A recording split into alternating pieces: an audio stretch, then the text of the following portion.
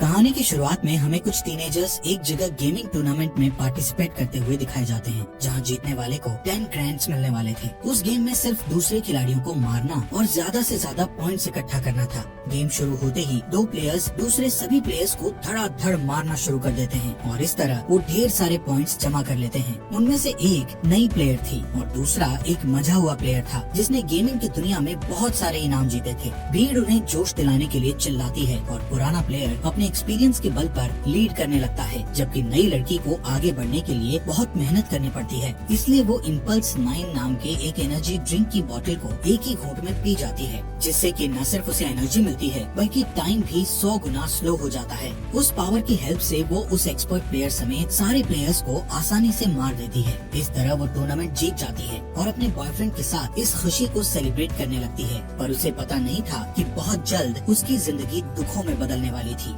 अचानक energy drink की बोतल जमीन पर गिरकर बिखर जाती है और इसी तरह उसकी जिंदगी भी बिखरने लगती है। सीन शिफ्ट होता है और वो अपने आप को 3 बच्चों की माँ के रूप में देखती है। उसका घर बहुत बुरी हालत में था, जहाँ कोई मॉडर्न इक्विपमेंट और इलेक्ट्रिसिटी नहीं थी और इसके चलते उसकी तकलीफ और बढ़ गई थी। घर के बाहर की दुनिया भी उजाड़ और बंजर जमीन के अलावा और कुछ नहीं थी, जहाँ हवा भी जहरीली हो चुकी थी, जिसमें सांस लेना भी मुश्किल था। इसके साथ ही सीन फिर से शिफ्ट होता है और हमें पास्ट की कहानी में वेल हर्नांडेज नाम की एक लड़की को दिखाया जाता है, जो कि एक अच्छी FPS गेमर थी और जिंदगी में उसका एक ही सपना था कि वो एक प्रोफेशनल गेमर बनकर खूब सारा पैसा और नाम कमाए। वो अपने डिवोर्स फादर कार्लोस के साथ रहती थी। 2017 में एक दिन कार्लोस अपनी बेटी वेल को रेस्टोरेंट की जॉब इंटरव्यू के लिए तैयार करता है और वो बेदिली से फॉर्मल्स पहनकर इंटरव्यू के लिए निकल जाती है। बाहर उसका बॉयफ्रेंड इवान अपनी कार में उसे पिक करने के लिए उसका वेट कर रहा था। वहाँ से निकलते ही वेल गाड़ी की पिछली सीट में बैठकर अपने फॉर्मल कपड़े बदलकर कैजुअल पहन लेती है और इंटरव्यू की जगह फील्ड ऑफ फायर नाम के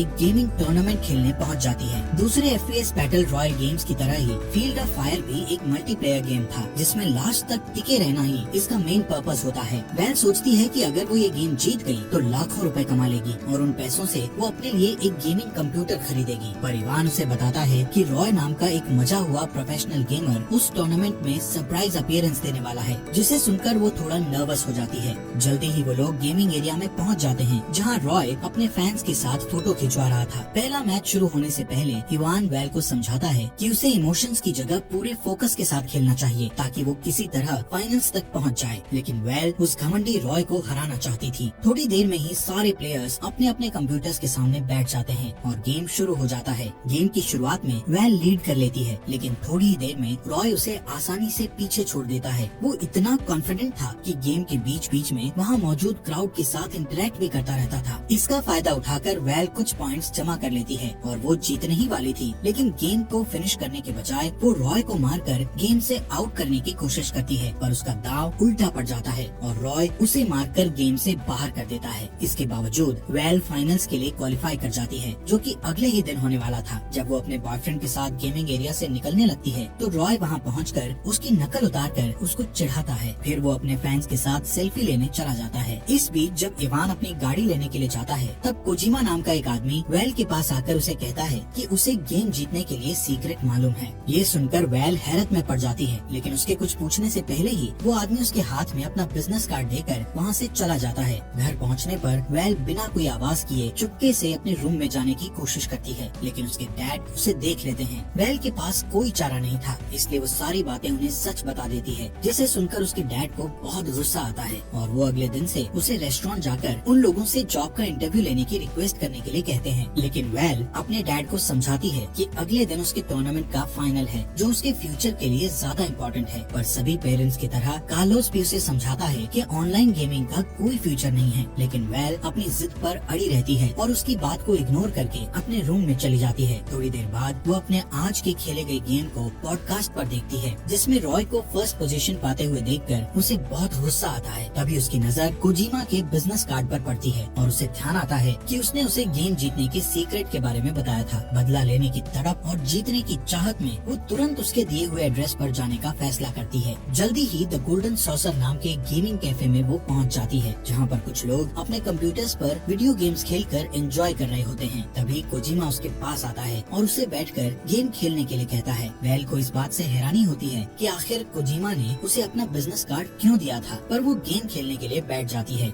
वो उस गेम में हाईएस्ट लेवल चूज करती है, जिसे कंप्लीट करना उसके लिए बहुत मुश्किल था। ये देखकर कोजिमा उसे इम्पल्स 9 नाम का एक एनर्जी ड्रिंक देते हुए कहता है कि ये कोई मामूली एनर्जी ड्रिंक नहीं है और वो चाहे तो उसे ट्राई करके देख सकती है। ये सुनकर वैल उस ड्रिंक का एक घूंट पी लेती है और अचानक उसके आसपास की सारी चीजें उसे स्लो मोशन में चलती हुई दिखने लगती है, जिसकी वजह से उसके लिए वो इम्पॉसिबल लगने वाला गेम बहुत ही आसान हो जाता है। फिर पलक झपकते ही वो रियलिटी में खुद को टेबल के दूसरी तरफ बैठे कोजिमा के सामने पाती है। जब वो उससे पूछती है कि उसे क्या हुआ था, तो वो उसे बताता है कि जो भी इम्पल्स 9 पीता है, समय उसके लिए स्लो हो जाता है और उसे ये एनर्जी ड्रिंक पीते हुए 1 घंटा बीत चुका था। वो उसे ये भी बताता है कि आप जितनी मात्रा में इस एनर्जी ड्रिंक को पियेंगे, टाइम भी उसी रेशो के हिसाब से स्लो होता जाएगा। ये कहकर कोजिमा उससे एक बोतल ड्रिंक के बदले $500 की डिमांड करता है, जिसे सुनकर वेल शॉक्ड हो जाती है। उसे लगता है कि टूर्नामेंट जीतने के लिए एनर्जी ड्रिंक का इस्तेमाल करना चीटिंग है। पर तभी कोजिमा के फोन पर रॉय की कॉल आती है, जिससे उसे ये पता चल जाता है कि रॉय भी गेम्स जीतने के लिए उस एनर्जी ड्रिंक का इस्तेमाल करता था। इसी वजह से वो दूसरे गेमर्स के मुकाबले अनबीटेबल बना हुआ था। ये सब जानने के बाद वेल इम्पल्स 9 की बोतल खरीदने के लिए तैयार हो जाती है। अगले दिन गेम शुरू होने से पहले वेल इम्पल्स 9 की बोतल को अपने कीबोर्ड के पास रख देती है।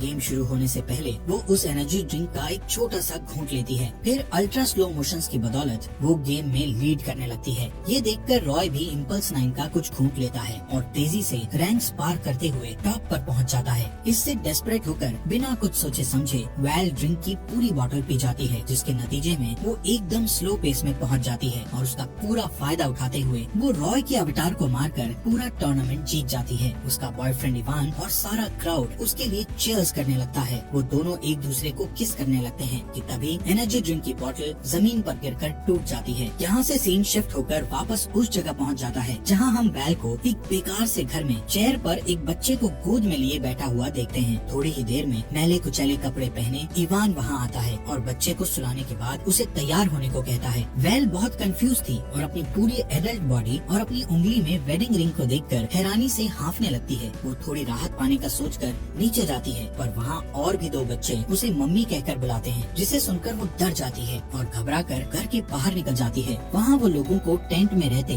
और खुले में बने पब्लिक बाथरूम का इस्तेमाल करते हुए देखती है। आखिरकार उसे पता चलता है कि वो पलक झपकते ही लगभग 12 साल स्किप करके सीधे 2029 में पहुंच गई थी और वो लोग जिस जगह रह रहे थे वो पूरा इलाका चारों तरफ ऊंची दीवारों से घिरा हुआ था, जो कि वेस्टलैंड से इस एरिया को अलग करता था। वेस्टलैंड में डेथ लिजार्ड जैसे खतरनाक जानवर रहते थे जो इंसानों पर हमला करने के लिए बदनाम थे। इस वजह से वहाँ रहने वाले लोग अलग अलग शिफ्ट्स में गेट पर पहरा देते थे। इसके अलावा उसे ये भी मालूम चलता है कि जिन लोगों ने पास्ट में बहुत ज्यादा इम्पल्स 9 पिया था, वो लोग रियल टाइम में अब जाग रहे थे, जिन्हें पल्सर कहा जाता था। इम्पल्स 9 के ज्यादा इस्तेमाल के नतीजे में लोग बिना किसी मेमोरी के सालों बाद के फ्यूचर में अचानक से पहुंच रहे थे, जिसकी वजह से पूरी दुनिया में अफरा तफरी मची हुई थी। जब कोई अचानक टाइम के बारे में कंफ्यूज सा दिखता, तभी उसके पल्सर होने या ना होने के बारे में पता चलता था। इसके अलावा उनकी पहचान का और कोई रास्ता नहीं था। इस भयानक बर्बादी के लिए लोग पल्सर्स को जिम्मेदार मानते थे और उन्हें उस 4 दीवारी के अंदर रहने की इजाजत भी बहुत मुश्किल से देते थे। वेल उस जगह एक पुलिस का काम करती थी और डैन नाम का एक आदमी उसका डिप्टी यानी असिस्टेंट था। पल्सर्स के साथ जिस तरह का बिहेव होता था, उससे बचने के लिए वेल खुद भी इम्पल्स 9 कंज्यूम करने की बात सबसे छुपा लेती है। वेल घर आकर सब कुछ ठीक करने की कोशिश करती है कि तभी उसे अपने डैड कार्लोस की याद आती है। वो उनके साथ हुई अपनी आखिरी मुलाकात को याद करने की कोशिश करती है और जैसे ही वो अपना सिर दूसरी तरफ घुमाती है तो उसकी नजर टेबल पर उसके डैड की राख से भरे एक बर्तन पर पड़ती है। वो उसे देखते ही फूट फूट कर रोने लगती है। इतने में डेप्यूटी पुलिस डैन आकर उसे टॉयलेट साफ करने की ड्यूटी पर चलने को कहता है। पहले तो वो जाने से मना कर देती है, पर जब डैन उसे याद दिलाता है कि वो सफाई इंस्पेक्टर है और ये उसका काम है, तो उसे जाना ही पड़ता है। उसे कई घंटों तक गंदे टॉयलेट्स की सफाई करनी पड़ती है। इस तरह काफी दिन बीत जाते हैं और धीरे धीरे वेल को उस उजड़े हुए माहौल में रहने की आदत हो जाती है। एक दिन वो अपने सारे ड्यूटीज खत्म करके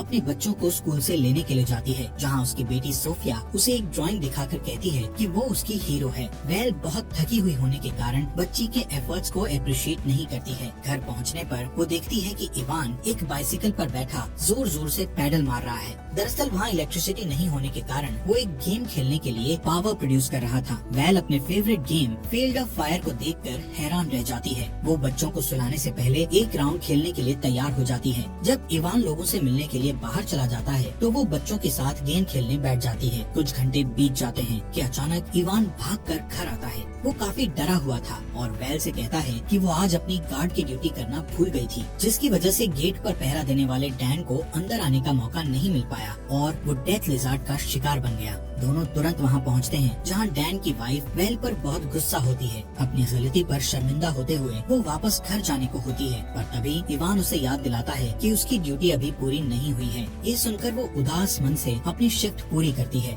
और घर आकर दुखी मन से फूट फूट कर रोने लगती है। इवान उसे प्यार से समझाता है और तसल्ली देता है। वेल को महसूस होता है कि वो इस नई दुनिया के लिए फिट नहीं है और इसीलिए सब कुछ छोड़कर वो वेस्टलैंड घूमने का इरादा करती है। लेकिन जाने से पहले वो इवान को एक लेटर लिखकर उसे बता देती है कि वो एक पल्सर है। अगले दिन वो कभी वापस ना लौटने का इरादा करके निकल जाती है। जब इवान वो लेटर पढ़ता है तो उसे बिल्कुल विश्वास नहीं होता। अगले सीन में हम देखते हैं कि वेल बंजर जमीन पर भटकते हुए एक बेकार पड़ी बिल्डिंग के पास पहुंचती है। वो उजाड़ बिल्डिंग असल में कोजिमा का gaming cafe the golden saucer था। वेल उस कैफे के अंदर जाती है और इधर उधर देखती है। कोजिमा को एक काउंटर से निकलते देख उसे हैरानी होती है। वो देखती है कि कोजिमा पर उम्र का बिल्कुल भी असर नहीं हुआ था, लेकिन वो ये राज उसे नहीं बताता है। उनकी बातों के दौरान कोजिमा को पता चलता है कि वेल एक हफ्ते पहले ही पास्ट से रियलिटी में जागी थी। वो स्वीकार करता है कि इम्पल्स 9 की वजह से बहुत सारी जिंदगियां बर्बाद हुई थी, लेकिन उसके पास वेल को उन सारी तकलीफों से छुटकारा दिलाने का प्लान था। कोजिमा